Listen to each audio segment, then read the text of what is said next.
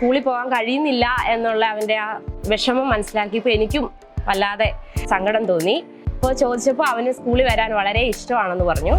ജോലിന് ഏറ്റവും ഇഷ്ടമുള്ള വിഷയം കണക്കായിരുന്നു. മറ്റു വിഷയങ്ങളും അവന് ഒത്തിരി ഇഷ്ടമാണ്, എങ്കിലും കണക്കിനോട് അവന് കൂടുതൽ താല്പര്യം ഉണ്ടായിരുന്നു.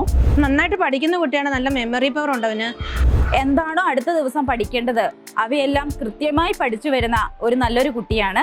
അവൻ്റെ ചേച്ചിയാണെങ്കിൽ അവരെ നന്നായിട്ട് നോക്കും, എടുത്തുകൊണ്ട് നടക്കും, മുറ്റത്തൂടെയൊക്കെ അവൻ പറയുന്നിടത്തോടെ എല്ലാം കൊണ്ടുപോവുക, അവനോട് കൂടെ കളിപ്പിക്കുക. അത്യാവശ്യം പഠിക്കുന്ന കാര്യത്തിലൊക്കെ അവനെ സഹായിക്കാറുണ്ട്, പാട്ട് പാടാൻ എല്ലാം അവനെ പ്രോത്സാഹിപ്പിക്കാറുണ്ട് അവൾ. ജോയലിൻ്റെ ജീവിതത്തിൽ നമ്മുടെയൊക്കെ ജീവിതത്തിൽ ഉണ്ടാകുന്നത് പോലെ ഒരു നേട്ടമുണ്ടായി. അത് ഇന്നലെയായിരുന്നു. പക്ഷേ ജോയലിനെ സംബന്ധിച്ച് നമ്മളെപ്പോലെയല്ല, മറിച്ച് വീൽ ചെയറിൽ ഇരുന്നു കൊണ്ടാണ് അവൻ LSS പരീക്ഷ ജേതാവായി മാറിയത്. ജോയലിൻ്റെ ജീവിതം അത്ഭുതാവഹമാണ്. ജോയലിനെ അത്ഭുതമാക്കാൻ പരിശ്രമിക്കുന്ന മാതാപിതാക്കളെയും കൂട്ടുകാരെയും അധ്യാപകരെയും നമുക്ക് പരിചയപ്പെടാം.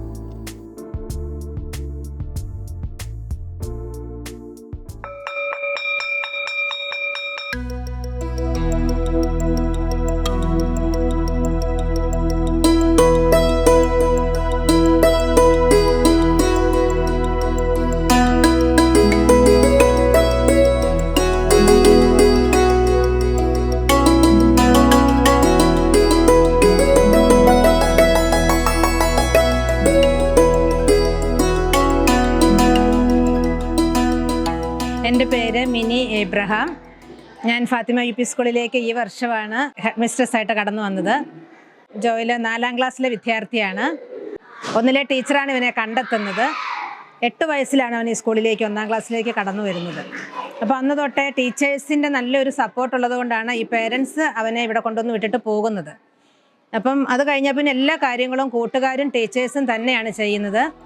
വളരെ നല്ല പോലെ അവന് വേണ്ടി എല്ലാ കാര്യങ്ങളും ചെയ്തു കൊടുക്കും. എൻ്റെ പേര് ഹണി, 1ാം ക്ലാസ്സിൽ പഠിപ്പിക്കുന്നു. സാധാരണയായി നമ്മുടെ കൈകളിലെത്തുന്ന കുഞ്ഞുങ്ങളുടെ വീടുകളിൽ നമ്മൾ സന്ദർശിക്കാറുണ്ട്. അവരുടെ അവസ്ഥകളൊക്കെ അറിയാൻ, കൂടുതൽ അറിയാൻ നമ്മൾ അവരുടെ വീടുകളിൽ പോകാറുണ്ട്. അങ്ങനെയാണ് 1ാം ക്ലാസ്സിലെത്തിയ ഏഞ്ചൽ വിൻസെൻ്റ് എന്ന കുഞ്ഞിൻ്റെ വീട്ടിൽ ഞാൻ പോകാനിടയായത്. ഏഞ്ചൽ വിൻസെൻ്റ് നമ്മുടെ ജോയലിൻ്റെ ചേച്ചിയാണ്. സംസാരിച്ചിരിക്കെ ജോയൽ എൻ്റെ ശ്രദ്ധയിൽപ്പെടുന്നു. അവന് 8 വയസ്സ് പ്രായം വന്നുണ്ട്. അവൻ സ്കൂളിൽ പോകുന്നില്ല എന്നാണ് അവനോടുള്ള സംസാരത്തിൽ എനിക്ക് അറിയാൻ കഴിഞ്ഞത്. അവൻ്റെ എല്ലാ കാര്യങ്ങളും ചെയ്തു കൊടുക്കുന്നത് അവൻ്റെ അമ്മയാണ്. ഒറ്റയ്ക്ക് അവനൊന്നും ചെയ്യാൻ കഴിയുന്നില്ല. സ്കൂളിൽ പോകാൻ കഴിയുന്നില്ല എന്നുള്ള അവൻ്റെ ആ വിഷമം മനസ്സിലാക്കിയപ്പോൾ എനിക്കും വല്ലാതെ സങ്കടം തോന്നി. അപ്പോൾ ചോദിച്ചപ്പോൾ അവന് സ്കൂളിൽ വരാൻ വളരെ ഇഷ്ടമാണെന്ന് പറഞ്ഞു. അപ്പോൾ പേരൻസിനോട് ഞാൻ സംസാരിക്കാനിടയായി. സ്കൂളിൽ എത്തിച്ചേർന്ന് കഴിഞ്ഞാൽ അവനെ സഹായിക്കേണ്ടതൊക്കെ അധ്യാപകരാണ്. അത് അധ്യാപകർക്കൊരു ബുദ്ധിമുട്ടായാലോ എന്ന് പേടിച്ചാണ് അവനെ സ്കൂളിൽ എത്തിക്കാതിരുന്നത്. അപ്പോൾ രാവിലെ കാറിന് കൊണ്ടുവന്ന് തിരിച്ച് വീട്ടിൽ കൊണ്ടുപോകാൻ നിങ്ങൾക്ക് ബുദ്ധിമുട്ടൊന്നും ഇല്ലെങ്കിൽ അവനെ നോക്കാൻ ഞാൻ റെഡിയാണ്, എനിക്ക് താല്പര്യമുണ്ട് എന്ന് ഞാൻ പറഞ്ഞു. അപ്പോൾ അവർക്കും പൂർണ്ണ സമ്മതമായിരുന്നു. എൻ്റെ പേര് റാണി, ഭർത്താവിൻ്റെ പേര് വിൻസെൻ്റ്. ഞങ്ങളുടെ മകനാണ് ജോയൽ. ഞങ്ങൾക്കൊരു മകളും കൂടെ ഉണ്ട്, അവളുടെ പേര് ഏഞ്ചൽ എന്നാണ്. അപ്പോൾ ഇവന് മസ്കുലർ ഡിസ്ട്രോഫി എന്ന് പറയുന്നൊരു അസുഖമുണ്ട്. ആദ്യം അറിഞ്ഞപ്പോഴൊക്കെ ഞങ്ങൾക്ക് അതൊരു സങ്കടമായിരുന്നു. പക്ഷേ ഇപ്പം ഞങ്ങൾ അതിന്നെല്ലാം ഒത്തിരി കരകയറി.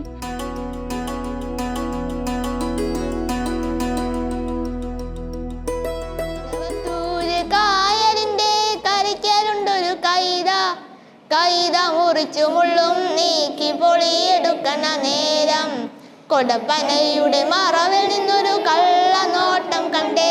വീൽ ചെയറൊക്കെ നമുക്ക് MLA അനുവദിച്ചു തന്നതാണ്. അവനില്ലാത്ത ദിവസങ്ങളിൽ ഇവിടെ വെർച്വൽ ക്ലാസ് റൂം ഒരുക്കും. അപ്പോൾ അവന് വീട്ടിൽ നിന്ന് ക്ലാസ് കൂടാൻ പറ്റും. അവനെ സഹായിക്കാൻ വേണ്ടി BRCയിൽ നിന്നുള്ള ഒരു സ്പെഷ്യൽ ട്രെയിനർ ടീച്ചറും ഉണ്ട്. പിന്നെ ക്ലാസ് ടീച്ചേഴ്സും ക്ലാസ്സിൽ വരുന്ന 1-2 അധ്യാപകരുണ്ട്. അവരും എല്ലാം ഇവൻ്റെ കാര്യങ്ങളെല്ലാം നോക്കിക്കോളും. ഒരു തരത്തിലുള്ള ബുദ്ധിമുട്ടും അവന് സ്കൂളിൽ വന്നതിന് ശേഷം അനുഭവിക്കാറില്ല. എൻ്റെ പേര് ബെസ്സി, ഞാനൊരു സ്പെഷ്യൽ എഡ്യൂക്കേറ്ററാണ്. അപ്പോൾ അവന് സ്കൂളിൽ വന്ന് എല്ലാ ദിവസവും പഠനം നടത്താൻ സാധിക്കാത്തത് കൊണ്ട് തന്നെ ക്ലാസ് റൂമിലെ എല്ലാ പ്രവർത്തനങ്ങളും വീട്ടിലിരുന്ന് കണ്ട് ചെയ്ത് ടീച്ചേഴ്സിനോടും കുട്ടികളോടൊപ്പം പഠിക്കാനുള്ള വെർച്വൽ ക്ലാസ് റൂം എന്ന സംവിധാനം ഒരുക്കി കൊടുത്തിട്ടുണ്ട്. ആഴ്ചയിലൊരിക്കൽ ഞാൻ അവൻ്റെ വീട്ടിൽ പോയി അവൻ്റെ സംശയങ്ങളെല്ലാം തീർത്തു കൊടുത്ത് പഠനത്തിൽ അവനെ സഹായിക്കാറുണ്ട്. എനിക്ക് ഈ ക്ലാസ് വരാതിരിക്കുമ്പോൾ ഭയങ്കര വിഷമമാണ്. എനിക്ക് ഇവരുടെ കൂടെ കളിക്കുമ്പോൾ ഭയങ്കര ഇഷ്ടമാണ് പഠിക്കാനൊക്കെ. വീട്ടിൽ ഇരിക്കുമ്പം പപ്പോട് ഞാൻ എപ്പോഴും പറയും എനിക്ക് എപ്പോഴും സ്കൂളിൽ പോകണമെന്ന്. എൻ്റെ പേര് മഞ്ജു. ഞാൻ ജോയലിനെ 2ാം ക്ലാസ്സിൽ പഠിപ്പിച്ച ടീച്ചറാണ്. 2ാം ക്ലാസ്സിൻ്റെ പ്രത്യേകത എന്ന് പറഞ്ഞിട്ടുണ്ടെങ്കിൽ കളികളിലൂടെയും അഭിനയത്തിലൂടെയും ഒക്കെയാണ് കുട്ടികൾ കൂടുതൽ കാര്യങ്ങൾ പഠിക്കുന്നത്. ജോയലിന് അതൊക്കെ ഒത്തിരി ഇഷ്ടമായിരുന്നു. ജോയലിന് ഏറ്റവും ഇഷ്ടമുള്ള വിഷയം കണക്കായിരുന്നു. മറ്റു വിഷയങ്ങളും അവന് ഒത്തിരി ഇഷ്ടമാണ്, എങ്കിലും കണക്കിനോട് അവന് കൂടുതൽ താല്പര്യം ഉണ്ടായിരുന്നു. കണക്ക് ഞങ്ങൾ ചെറിയ ചെറിയ ഗെയിംസിലൂടെയൊക്കെയാണ് കുട്ടികളെ പഠിപ്പിക്കുന്നത്. വളരെ ഇൻട്രസ്റ്റോടു കൂടി അതിൽ പങ്കെടുക്കുമായിരുന്നു. അതുപോലെ തന്നെ മറ്റു കുട്ടികൾ, ജോയലിൻ്റെ ഫ്രണ്ട്സ് അവനെ ഒത്തിരി സഹായിച്ചിരുന്നു അതൊക്കെ ചെയ്യാൻ വേണ്ടിയിട്ട്. ഒരു കളിയിലും ജോയലിനെ മാറ്റി നിർത്തുവോ അവനെ വേണ്ടാന്ന് പറയുകയോ ഒന്നും ചെയ്യില്ലായിരുന്നു. ജോലി ദിവസം വന്നില്ലേ എനിക്ക് സങ്കടം. പിന്നെ അവനെൻ്റെ ഏറ്റവും വലിയ ഫ്രണ്ടാണ്. ജോലിൻ്റെ കൂടെ കളിക്കാനും പഠിക്കാനും ഒക്കെ നല്ല രസമാണ്. അവൻ എന്തുകൊണ്ടുവന്നാലും ഞങ്ങൾക്ക് ഷെയർ ചെയ്യും. ജോയൽ എൻ്റെ നല്ല കൂട്ടുകാരനാണ്. നല്ല തമാശ പറയും. ഞങ്ങൾ എല്ലാവരും ഒരുമിച്ചിരുന്നാണ് പഠിക്കുന്നത്. ഞങ്ങൾ ടീച്ചറെ എഴുതിപ്പിക്കുമ്പോൾ ഇവൻ്റെ ബുക്ക് നോക്കി എഴുതും. പിന്നെ ഇവനെ സഹായിക്കും കളിക്കാൻ, ഇവൻ്റെ കൂടെ കളിക്കാൻ കൂടും. ഒരുമിച്ചിരുന്ന് പഠിക്കും. പിന്നെ ഇവന് ഇടയ്ക്ക് കളിക്കാൻ വേണ്ടിയിട്ടൊക്കെ കൂട്ടിന് ബുക്ക് ഇവിടെ വെച്ചിട്ട് ഞങ്ങൾ ഇവിടെ ഇരുന്ന് കളിക്കും. പിന്നെ ഇവന് പെൻസിലില്ല, പേനയില്ല, അങ്ങനെയൊക്കെ പറയുമ്പോൾ ഞങ്ങൾ അതൊക്കെ കൊടുക്കും. അവൻ്റെ ചെറുപ്പകാലം തൊട്ടുള്ള കാര്യങ്ങളെല്ലാം അവൻ നന്നായി ഓർത്ത് വയ്ക്കും. അവന് നല്ല മെമ്മറി പവറാണ്. അവൻ്റെ അമ്മ എന്നോട് സംസാരിക്കാറുണ്ട്, ടീച്ചർ ഒരു കാര്യം ഒരു തവണ പറയുന്നത് അവൻ എത്ര നാൾ വേണേലും അത് ഓർത്ത് വയ്ക്കും.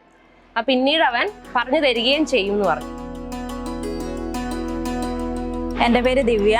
ഞാൻ ജോയലിൻ്റെ മലയാളം ടീച്ചറാണ്. ജോയല് ക്ലാസ്സിൽ വളരെ അച്ചടക്കത്തോടെ നമ്മൾ പറയുന്ന കാര്യങ്ങളൊക്കെ കൃത്യമായി ഗ്രഹിച്ചും കേട്ടും ഇരിക്കുന്ന നല്ലൊരു കുട്ടിയാണ്. നമ്മൾ ക്ലാസ് എടുക്കുമ്പോൾ കുട്ടിക്ക് മലയാളം ആയതുകൊണ്ട് തന്നെ കുറേ എഴുതാനുണ്ടാവും. നോട്ടുകളൊക്കെ ധാരാളം എഴുതാനുണ്ട്. അപ്പം കുട്ടിക്ക് എഴുത്ത് ഇത്തിരി ബുദ്ധിമുട്ടായതുകൊണ്ട് അത് ഞാൻ സാധാരണ നോട്ട് അയച്ചു കൊടുക്കുകയാണ് ചെയ്യുന്നത്. ഞാൻ അയച്ചു കൊടുക്കുന്ന നോട്ടുകളെല്ലാം കൃത്യമായി വീട്ടിൽ ചെന്ന് അമ്മയെ കൊണ്ട് എഴുതിപ്പിച്ച് എന്താണോ അടുത്ത ദിവസം പഠിക്കേണ്ടത് അവയെല്ലാം കൃത്യമായി പഠിച്ചു വരുന്ന ഒരു നല്ലൊരു കുട്ടിയാണ്. നന്നായിട്ട് പഠിക്കുന്ന കുട്ടിയാണ്. നല്ല മെമ്മറി പവർ ഉണ്ട് അവന്. ഉപജില്ലാ ശാസ്ത്രമേളയിലെ പരിസര നിരീക്ഷണം ഒരു ഐറ്റം ആയിരുന്നു. ആ ഐറ്റത്തിൽ ഈ കുഞ്ഞിനെ കൊണ്ടുപോയിരുന്നു. 2 പേര് ഒരുമിച്ച് വർക്ക് ചെയ്യേണ്ടതാണ്. അപ്പോൾ 2 കുട്ടികൾ, ഇവനും വേറൊരു കുട്ടിയും. അതിലവന് 3rd A ഗ്രേഡ് നേടാനിടയായി. വളരെ സന്തോഷമാണ് അവന്. പിന്നെ ഒരു ക്വിസ് കോമ്പറ്റീഷന് നെല്ലിക്കാംപൊയിൽ സ്കൂളിൽ അവനെ കൊണ്ടുപോയിട്ടുണ്ടായിരുന്നു. അവന് സമ്മാനം കിട്ടിയില്ലെങ്കിലും നല്ല പോയിന്റ് ഉണ്ടായിരുന്നു.